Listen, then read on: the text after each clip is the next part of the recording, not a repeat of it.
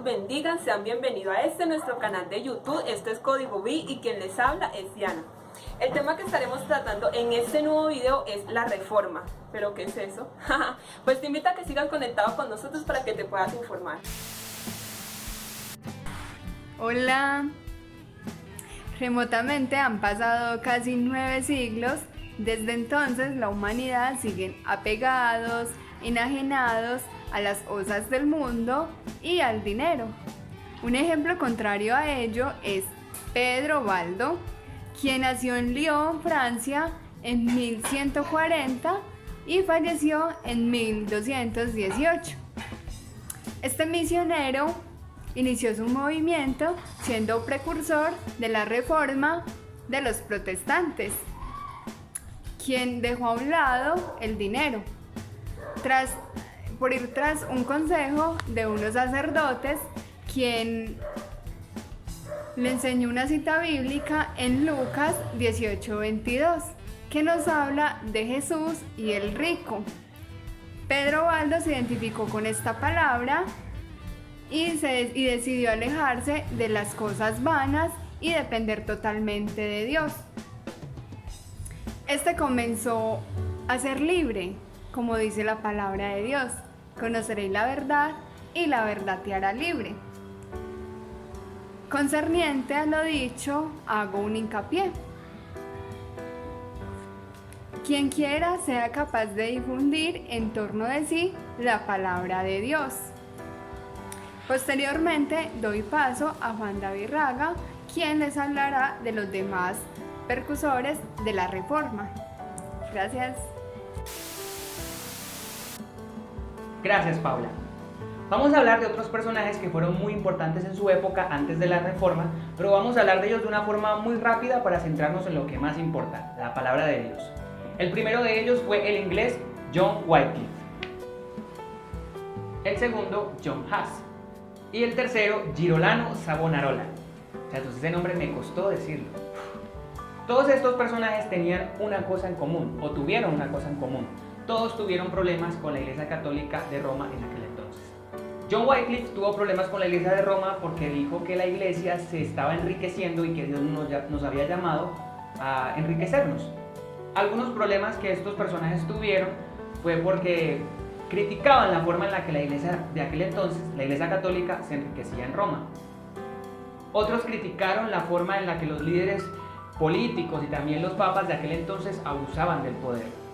Y otros porque en aquel entonces la Iglesia Católica daba los sermones en el lenguaje latino y a ellos se les ocurrió nada más y nada menos que dar el lenguaje en el idioma común de la gente. Y eso también era una falta grave. Todos ellos fueron perseguidos, acusados y excomulgados por la Iglesia Católica. Todos estos personajes tuvieron diferentes fines. Algunos tuvieron la suerte de morir naturalmente, pero otros, como Huss y Savonarola, no tuvieron tanta suerte, pues ellos murieron quemados en la hoguera. Todos ellos dejaron un gran legado, que era predicar la palabra de Dios tal y como está en la Biblia. Y sembrando una semilla que daría fruto con Martín Lutero, al que hoy llamamos el primer gran reformador. No podemos hablar de la Reforma sin hablar de Martín Lutero, que fue uno de los reformadores más conocidos, por no decir que fue el más conocido. Él fue un fraile católico y además fue doctor en teología. Él daba enseñanzas en su iglesia, y algo que lo aquejaba mucho es que, muy apegado a sus creencias, no sentía que podía llegar al perdón de Dios solamente mediante la confesión y mediante las indulgencias. Para entrar un poco en contexto, la iglesia en esa época vendía indulgencias, que era un papel que te otorgaba el perdón por tus pecados, e incluso se podría comprar el perdón para los pecados de las almas del purgatorio, o sea, poder comprar el perdón para aquellas personas que ya están muertas. Esto aquejaba mucho a Lutero, y él hacía sesiones largas de confesatorio, lo cual pasaba a ser un problema porque podía estar hasta 6 horas confesándose. Él llegó a sentirse mal con la justicia de Dios, sentir que le daba temor, que no estaba bien, pero un día, leyendo la palabra, llegó a un versículo que le cambió la vida. Este versículo está en Romanos 1:17 y dice: porque en el Evangelio la justicia de Dios se revela por fe y para fe, como está escrito: mas el justo por fe vivirá. Este versículo cambió toda su manera de entender el Evangelio. Se dio cuenta que la justicia de Dios es por fe y es por amor. Y también estudiando la Biblia, descubrió que ahí dice que la salvación no es por obras, sino por gracia y por fe. Muy preocupado por esto, estudió la palabra y encontró cosas que no estaban de acuerdo que hacía la iglesia con lo que decía la palabra. Por lo cual se puso a escribir cada cosa con la que no estaba de acuerdo, con el objetivo de hablar con la iglesia y llegar a un acuerdo de por qué esas cosas no estaban de acuerdo con lo que estaba en la palabra.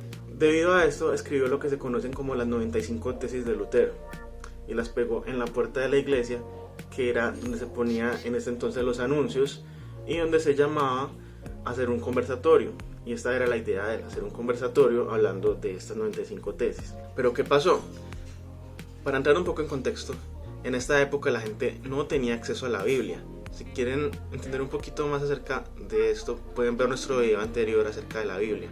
Entonces, como la gente no tenía acceso a la Biblia, solamente podían acceder a lo que les decían en la misa. Y en la misa leían la Biblia en latín. Así que solamente les quedaba creer cualquier cosa que dijera la iglesia. Y la iglesia les decía que si no compraban esas indulgencias, si no compraban el perdón por sus pecados y por las almas que ellas habían muerto y estaban en el purgatorio, no podrían ser salvos. Entonces, al ver estas tesis de Lutero que decían que la salvación no es por obras, sino que es por gracia, entre muchas otras cosas que estaban ahí, esto formó un revuelo. La gente al leer esto se escandalizó, hicieron copias de esto que se regaron por toda Alemania, y esto incluso redujo la venta de indulgencias. Por lo tanto, nunca hubo el conversatorio que era lo que quería Lutero, sino que fue inmediatamente perseguido por esto. Debido a todo este escándalo, él fue excomulgado a la iglesia y se le exigió que se retractara de todos sus escritos y de todo su pensamiento, a lo cual él muy valientemente dijo que no podía retractarse. Así que cuando le dijeron que se retractara de todos sus escritos y de su enseñanza, él respondió lo siguiente: que se me convenza mediante testimonios de la escritura y claros argumentos de la razón, porque no le creo ni al Papa ni a los concilios, ya que está demostrado que a menudo han errado, contradiciéndose a sí mismos. Por los textos de la Sagrada Escritura que he citado, estoy sometido a mi conciencia y ligado a la palabra de Dios. Por eso no puedo ni quiero retractarme de nada, porque hacer algo en contra de la conciencia no es seguro ni saludable. No puedo hacer otra cosa, esta es mi postura, que Dios me ayude. Resulta que Lutero, estando sufriendo por todo lo que estaba ocurriendo, que iba a ser excomulgado de su iglesia, se puso a estudiar un poco acerca del origen de la misma, y descubrió algunas cosas que no concordaban, y descubrió cosas como lo que se conoce como fraudes píos y la donación de Constantino, entre otras cosas que eran documentos falsificados y demás cosas que no le parecían. Entonces esto hizo que perdiera más la confianza que tenía en la Iglesia Católica. Después de esto, Lutero, en un acto simbólico, quema la bula papal por la cual es expulsado de la iglesia. Después de esto, él fue perseguido para ser asesinado, pero fue secuestrado por sus amigos y tuvo que cambiar su identidad para pasar inadvertido durante unos 3 años. Durante este tiempo, él no perdió el tiempo y tomó algunos textos del griego y entre otros para hacer una traducción de la Biblia al alemán, cosa que estaba expresamente prohibida por la Iglesia Católica, ya que no le daban el permiso a nadie de acceder a las Sagradas Escrituras.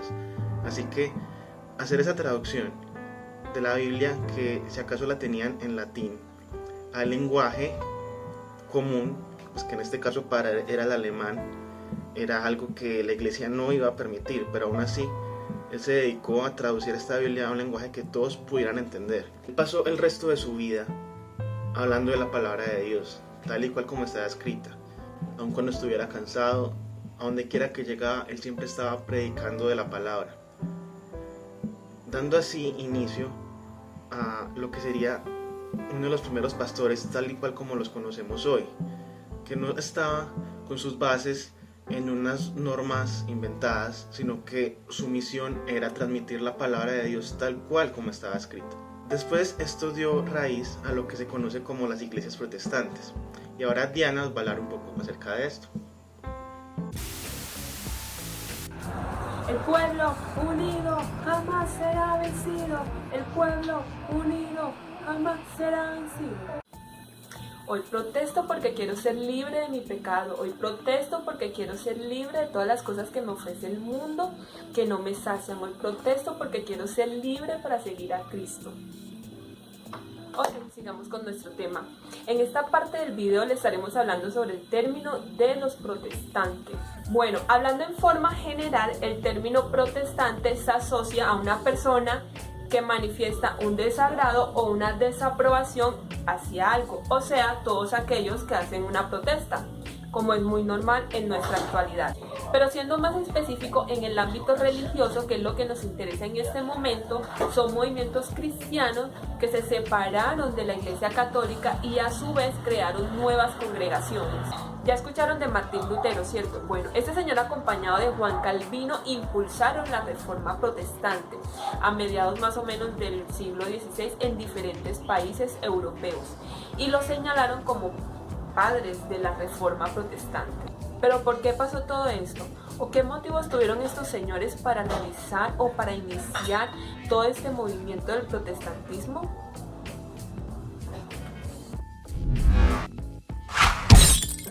Todo esto se realizó con el objetivo de modificar la estructura y ciertos principios que tenía la Iglesia Católica, pero sin reemplazarla o sin abolir, pues como la Iglesia Católica. Hay muchos motivos, pero aquí en este video les estaremos mencionando 3 motivos que nos parecieron pues muy importantes para traerlos a la luz. El motivo es que la autoridad estaba en absoluta decadencia. ¿Por qué? Porque se estaban preocupando más por las cuestiones terrenales que por la misma fe. El segundo motivo es que ellos estaban abusando del poder, esa comunidad, ese grupo de personas abusaban del poder que ellos tenían. El tercer motivo es que ya no estaban enseñando teológicamente, o sea, ya no había práctica teológica. Algo muy importante que tenemos que tener en cuenta es que la iglesia protestante se subdivide en varios grupos. Tenemos el calvinismo, tenemos luteranismo, tenemos anglicanismo y dentro de ella tenemos a la iglesia evangélica y abogamos por la justificación y la santificación y también abogamos por lo que pasa después de la muerte. Pero bueno, ¿en qué creemos o en qué se basa nuestra doctrina? El protestantismo reconoce solo a Cristo como su único líder de la iglesia. Tomamos la Biblia como máxima autoridad para dictaminar en pro de la salvación o de los pecados.